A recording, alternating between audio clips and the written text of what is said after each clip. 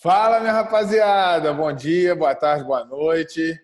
Estamos no ar com mais um episódio do Saga Top 11.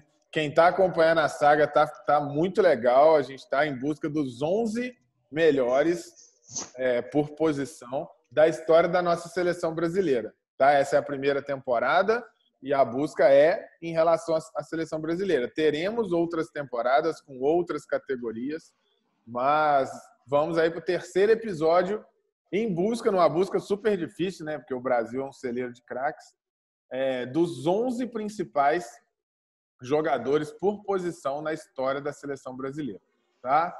Então, hoje, mais uma vez, estou aqui com Tarcísio Dalpra e Josélio Júnior, o Mito, para a gente seguir na nossa escolha. Semana passada, a gente encerrou com a seleção até 1974, e essa seleção vai enfrentar a seleção da Copa de 78, que, como dissemos semana passada, é uma seleção subvalorizada.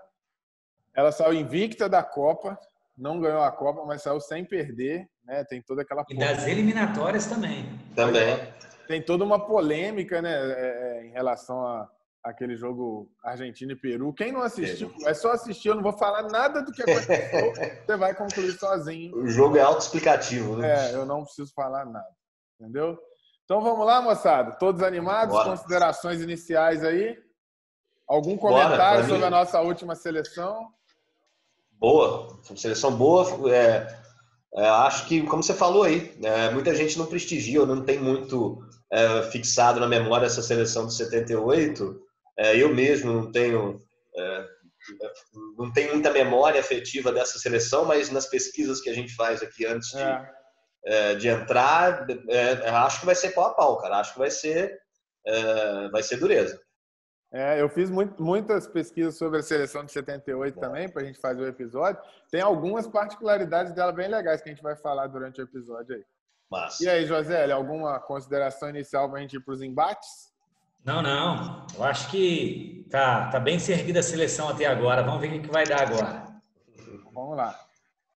Bom, moçada, então dando continuidade à nossa saga Top 11, primeira temporada, seleção brasileira até 74 versus seleção de 78.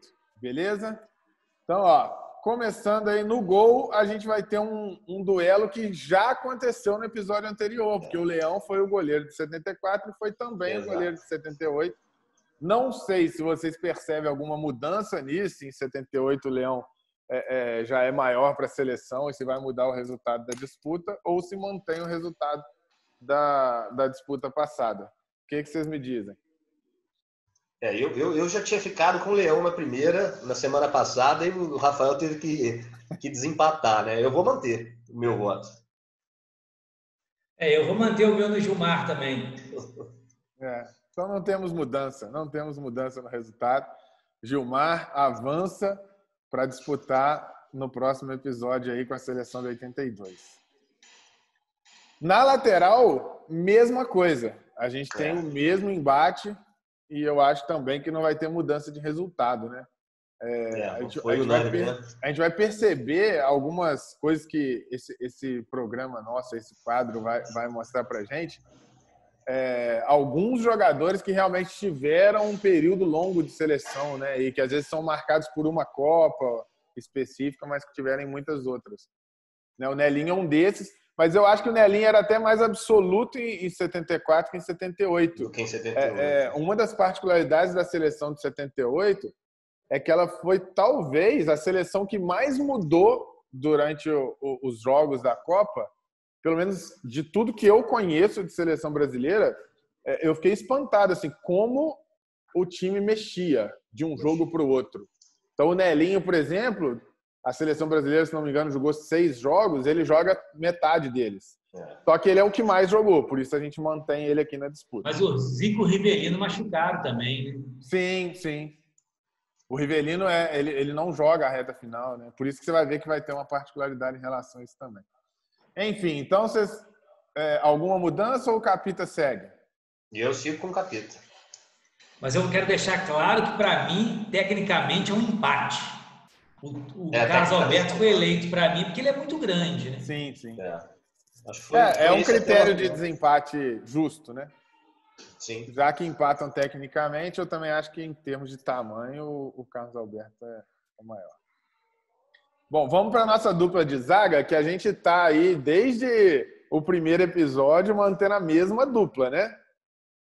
Eu acho que agora vai dar um pouquinho mais de jogo, de repente pode começar e surgir uma possibilidade de mudança. Por quê? A gente vem com Bellini e Piazza na zaga já há bastante tempo. A dupla de 78 foi Oscar e Amaral. E eu quero ouvir de vocês, mas acho que o Oscar é um dos grandes nomes da zaga da história da seleção, né? Então... Acho que os dois jogavam em Campinas, né? O Oscar na Ponte e o Amaral no Guarani. É legal. Eu tiro Piazza e coloco o Oscar. Então o Dalpra então vota em Bellini e Oscar. Bellini e Oscar. E aí, José? É difícil, né, cara? O Piazza é o zagueiro, aliás, é o zagueiro da nossa dupla que não foi zagueiro, hein? Ó, tamanha qualidade dele. Né? Mas ele foi zagueiro porque aquela seleção de 70 tem um fato curioso, cara. Os caras tiveram uma sacada bem sensacional. Eles arrumaram um jeito de todos os melhores tecnicamente jogarem. Sim. Então, só assim, o lateral esquerdo que não, né, José? Porque não tinha. Mas eles falam, assim, meu pai sempre me falou, já li muito cronista da época falando também, que o Marco Antônio, lateral esquerdo de 70, tecnicamente era muito superior ao Everaldo. E ele perde muito pela entrega, dedicação, assim, que o Everaldo era muito disciplinado, enfim. Mas, eu vou votar no Oscar também no lugar do Piazza, cara. Oscar... Assim, sem muita convicção, mas eu vou votar no Oscar no lugar do Piazza. Que bom que eu não voto. Então tá bom. Então, mudança na zaga, hein, gente? Extra. E na lateral esquerda, cara, a gente tem uma disputa que na lateral esquerda vem sendo sempre uma disputa quase que sem muito equilíbrio. E na Copa de 78 a gente teve na lateral esquerda o Edinho, cara, que foi zagueiro, foi um zagueiraço, né?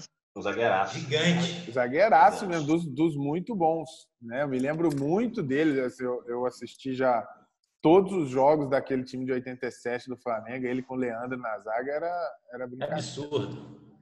Zero chutão. Zero.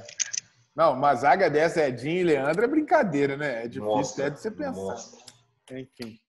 Mas na lateral esquerda ele não vai conseguir disputar com o Nilton Santos, vai? Não, o Nilton Santos é lenda, né, cara? Pra mim, difícil. Tá pensando, José? Ou você tá só lamentando? Oi, não tem jeito, né? Tem coisa que não tem jeito. Eu tava assistindo hoje, fui no mercado, aí na volta tava assistindo um videozinho que teve uma disputa tipo isso também. Alguém perguntando numa comparação Corinthians e Santos em épocas diferentes. Aí vem uma disputa Arouca e Rincon. Aí o cara fala assim, porra, não preciso falar do Arouca, não dá disputa, né, cara? O Arouca jogou muito bem no Santos. É mais ou menos o que a gente está vendo aqui. É isso aí. E em 78, cara, o meio-campo, quem segurava ali e jogou os jogos todos ali foi o Batista.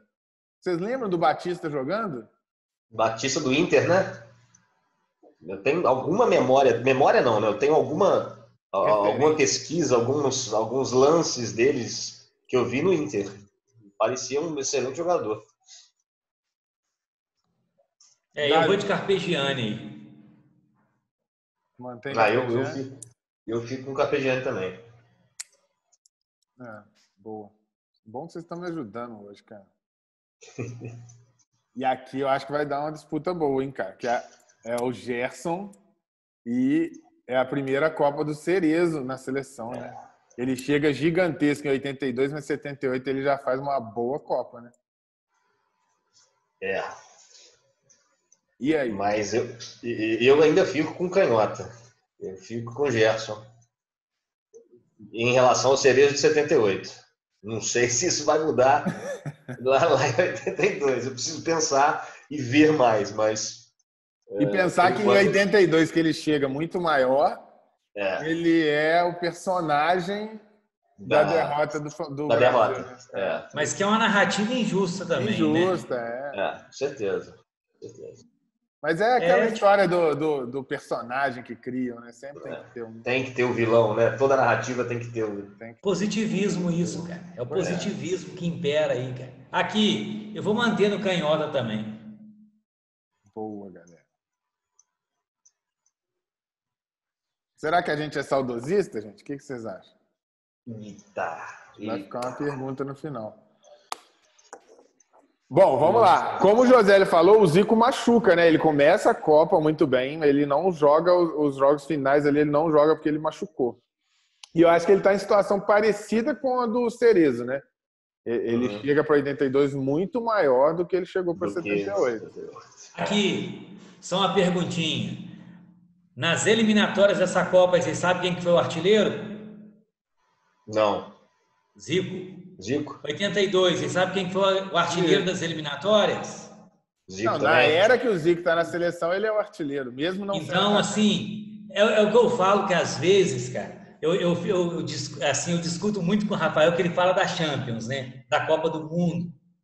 Às vezes tem coisas que acontecem no caminho que na hora dessa competição, cara, o cara não está no máximo dele. Então, assim, o Zico é um cara que, para mim, é o maior de todos, depois do maior de todos. Depois do Pelé, que você disse. Não. Ele é o maior de todos e o que acontece? Na competição principal, ele é subjugado, subvalorizado. Cara, pô, mas ele joga bem a Copa do Mundo, José. Joga muito. Mas a visão das pessoas, Rafael, a visão do título, da artilharia. Ele tem 5 gols em Copa, cara. É um número significativo. Pô, tanto 82 quanto 86 ele joga muito, cara. Por exemplo, a galera fala do pênalti que ele perde contra a França em 86. Mas, pô, Rafael, o cara entrou, ele mudou o jogo, que ele estava machucado. Ele muda o jogo contra a França. Além disso, na disputa de pênalti, ele pega a bola, mesmo tendo perdido um pênalti, ele pega a bola, bate e faz, cara. Você acha que se o Brasil tivesse vencido aquela Copa de 82, o Zico não seria para o futebol brasileiro tão grande quanto o Pelé, cara? Eu acho também. Acho que é possível. Tão grande, não sei, mas ele seria muito maior do que ele é. Que ele já é gigantesco. O Zico para mim, é uma coisa... Assim, para mim, assim, o Rivelino, embora tenha sido muito bom, não dá para comparar o Zico com o Rivelino. Cara. Eles não estão no mesmo patamar, não. Agora, só um parênteses aí para o Dal para votar. Quando eu falo de Champions e Copa do Mundo, eu não falo do resultado, cara. Você, em alguns momentos, desvirtua o que eu falo. Sério. Porque, por exemplo, quando eu falo do Messi na Argentina, eu não acho que o Messi tem que ganhar a Copa na Argentina. Eu acho que o Messi tem que ser protagonista. E ele não é. Para mim, todos os artilheiro da seleção, cara. Mas é muito jogo, Josélio. Porra, não é. Eu falo pela média. Não, vamos mudar. Vamos falar do Zico do Rivelino. Vamos lá. Mas o que eu tô dizendo é, se você pegar as últimas Copas do Mundo, ele não é nem o melhor da Argentina, cara. Entendeu? Enfim. Mas vai lá. Dalpra, e aí? Eu vou largar na tua mão, porque eu voto no Riva de 70 em comparação ao Zico de 78. Entendi. Obrigado, viu? Mas pra mim também não dá jogo, não, cara. Porque assim, eu vi já alguns jogos do Rivelino na seleção. Eu sempre achei ele muito bom, mas eu nunca achei ele o cara da seleção. Em momento nenhum dele na seleção, eu acho que ele é o protagonista da seleção. Aquela seleção de 70 jogava todo mundo muito, né, cara? Então, muito, exatamente. Tinha como ser protagonista. Ele é um baita membro ali daquele funcionamento daquela equipe. Mas o Zico assim, foi para essa Copa. O Zico, enquanto ele tá na seleção, cara, isso é uma coisa das coisas que eu me incomodava e eu fui entender. Muita gente criticava o Zico na seleção.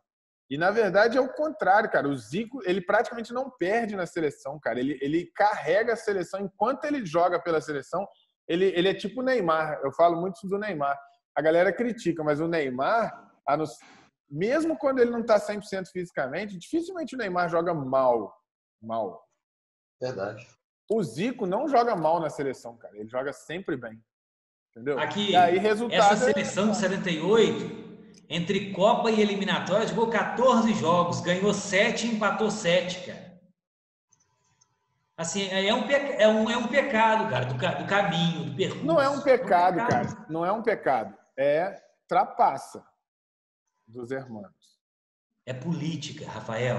A relação da ditadura e o futebol, cara, na Argentina. Mas beleza. Mas que existe alguém que corrompe o processo e o jogo, existe. Isso não tem É a como política. mudar.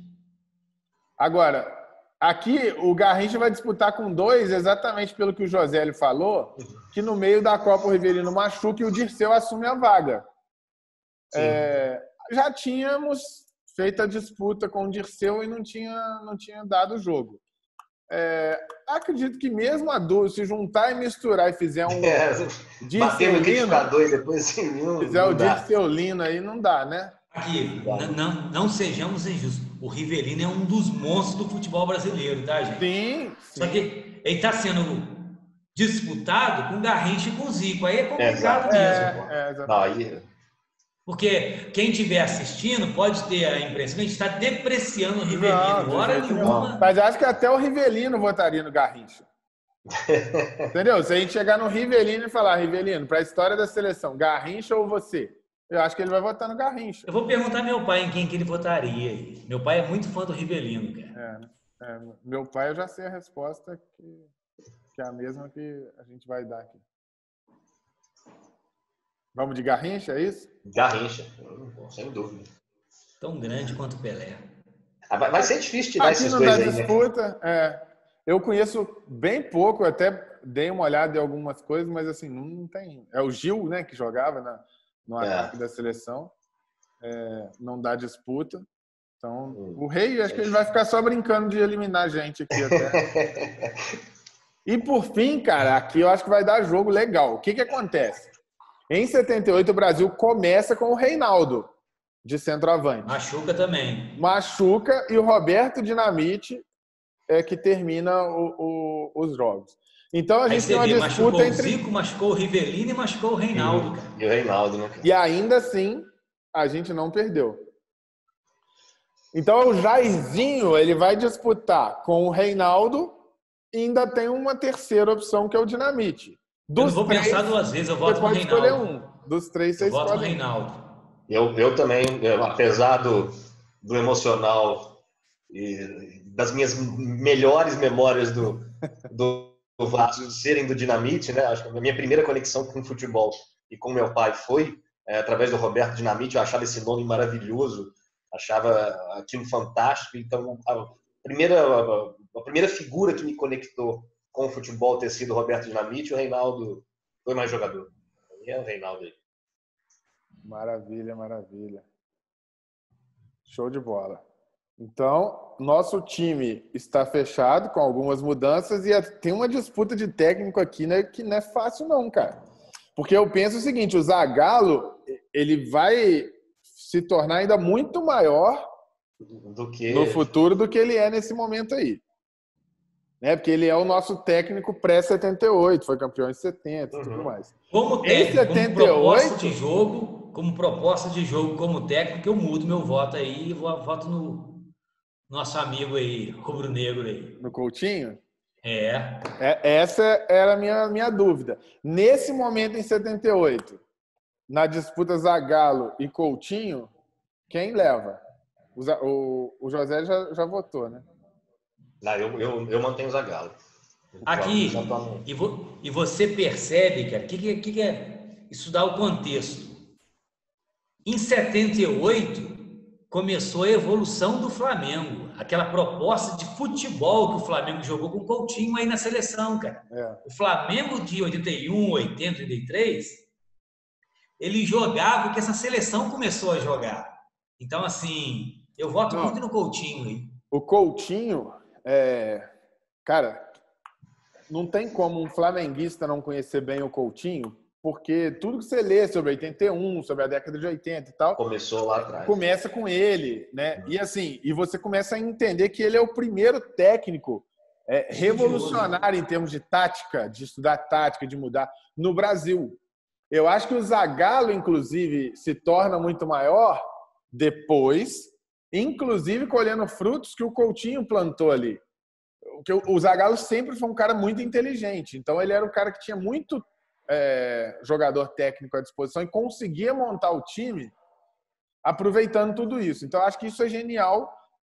Poucos técnicos fazem isso. Eu tenho essa teoria, eu falo muito isso.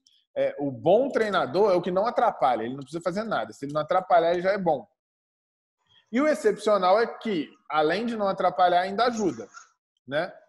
Eu acho que o Zagallo, ele era um cara numa época do futebol em que muito treinador atrapalhava. E ele foi um dos que não atrapalhava. Ele conseguia botar o que tinha de melhor e extrair. E o Coutinho já era o cara que começou como técnico no Vasco. O Coutinho? Eu não tenho certeza não, tem que pesquisar. Eu acho que ele começou como técnico no Vasco.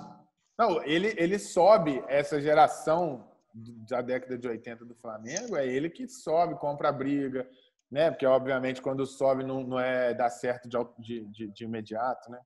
Enfim. Eu acho o seguinte, eu tenho convicção que o Zagallo termina vencendo a disputa. Treinou sim, José. Treinou o Vasco de 71 a 73. Eu não tenho certeza não, acho que treinou o Vasco. 71 a 73 aqui.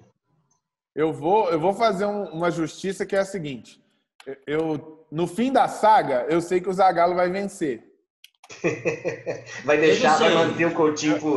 bom, pelo menos por mim, o meu voto. Até 94. No meu voto, quando chegar no Zagallo lá no final da saga, eu votaria no Zagallo. Nesse momento, eu voto no Coutinho também. Eu acho que o Coutinho é um cara que até esse momento aí agregou mais do que o Zagallo. E o Zagallo eu acho que como proposta de jogo, Rafael, se a gente analisar como proposta de jogo, o Feola, o Coutinho e o Tele foram os melhores, cara. O Tele eu sou fã demais, cara. O Tele, pra mim, aí a gente comete a esquizofrenia, cara. Sabe de quê? De analisar o currículo e de analisar a capacidade. São coisas diferentes, cara. Mas eu acho que o currículo o currículo não é à toa também. Não Entendeu? É à toa. Porque, assim, a gente aprecia um futebol romântico que é massa, entendeu? Realmente, o Tele é fera. Mas quando você olha friamente, o Tele cometeu erros que custaram a Copa, por exemplo. Assim, que podem ter custado, não vou falar absolutamente assim. Mas, assim, por exemplo, o Tele, você pega o banco de 82, você vê que tem problemas no banco. A convocação do Tele não é uma convocação...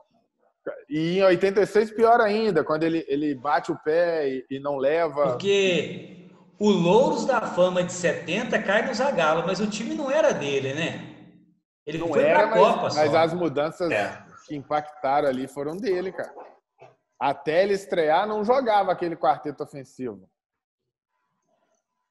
Eu acho que se eu fosse avaliar só como técnico, não como currículo, o Feola, o Tele e o Coutinho foram os melhores. A gente vai ter disputa para frente aí para o Zagallo retornar. Mas, por enquanto, o velho Lobo nos deixa aí e a nossa seleção sofre algumas mudanças relevantes, né? Então, a gente vai colocar aqui a imagem, a produção coloca aí o campinho aí mostrando como ficou a nossa seleção. De mudança relevante, a gente tem o quê? O nosso goleiro permanece o Gilmar, o Capita na lateral, entra o Oscar na zaga, no lugar do Piazza. O Nilton Santos não perde essa vaga. Carpegiani também continua com o canhoto. O Zico entra no meio de campo. Bom reforço para a nossa seleção. Garrincha, Pelé. E no ataque, a gente tem o Reinaldo, monstro, que foi muito menor do que o talento que ele tinha por causa dos joelhos, né? Que é outro cara que também eu sempre, pelo que meu pai viveu ali, aquele momento de rivalidade extrema, meu pai falava pra caramba do Reinaldo, né? Então eu vi muito. Não, meu pai também. Meu pai... O cara era monstruoso, o Reinaldo era monstruoso, né? Então, assim, é um cara que o percurso, o Reinaldo é um cara que o percurso fez dele menor do que ele poderia ser, cara. É verdade. E o Coutinho assume a entrega dos coletes para nossa seleção. Vamos lá, assume o vamos lá. E a semana que vem eu não quero nem ver que vai sair Faísca, que é esse timaço que vocês acabaram de ver aí, enfrentando a seleção mais romântica da história da seleção brasileira, que é a de 82. 82. Né? Todo mundo chora a derrota até hoje para a Itália, né? E eu vou além, eu acho que é a seleção que conseguiu fazer um mal danado para o nosso futebol, infelizmente, né? Sem querer. Porque foi ali que começou a aparecer aqueles volantes estilo Paulinho, Amaral e Ralf. Mas é porque foi a vitória da cultura italiana. NASA, né, Tarcísio? NASA, cara. Nós ainda somos amadores. É o nome do cara, as iniciais do clube que o cara jogava. NASA, cara. Vasco disputou um Mundial com NASA no meio campo. É porque, assim, nesse nível de volante total, só força e marcação, isso não existia até 82, não. Totalmente só força aí. Não existia. O cara tinha que saber jogar. Agora você percebe como que até no futebol a história é cíclica. Isso hoje está acabando de novo. Está acabando, é verdade. Já não se é aceita. É verdade. As coisas estão em constante... É uma placa tectônica, é cíclica. Um eterno retorno, né? Mas tudo também pelo resultado, né, José? Porque aí mudou, conseguiu-se o resultado com o Mauro Silva lá, que eu não acho que está nesse nível. O Mauro Silva jogava bola, né? Era muito marcador, mas sabia jogar. Mas a gente é campeão com o Mauro Silva com características mais para esse lado. E a gente começa a perder nossa identidade. A gente perde 4 Copas seguidas com volantões ali, né? Talvez a última é a melhorzinha, que o Casemiro joga bola. Né? O Casemiro é muito bom, cara. O Casemiro é bom de bola. Aí Luiz Gustavo foi dureza, né? Em 2014. Luiz Gustavo, né? Que até hoje mas não ganhou Copa com ele, não. Ué, 14 era ele. Ué, 2014 era ele. Não, mas eu tô falando de seleção campeã. Não. Falando de jogar a Copa. Mas, inclusive, na nossa saga, teremos essa disputa aí do Luiz Gustavo com alguém que estiver em disputa com ele. Ele vai surgir em algum momento, assim como ele vai dar os caras aí. Show de bola, moçada. Finalizamos muito então. Show. Massa, bom. Seleção, então, tá feita. E semana que vem, não percam que a gente tem Brasil de 82, hein, moçada? Fica ligado, beleza? Show de bola. Abração, valeu.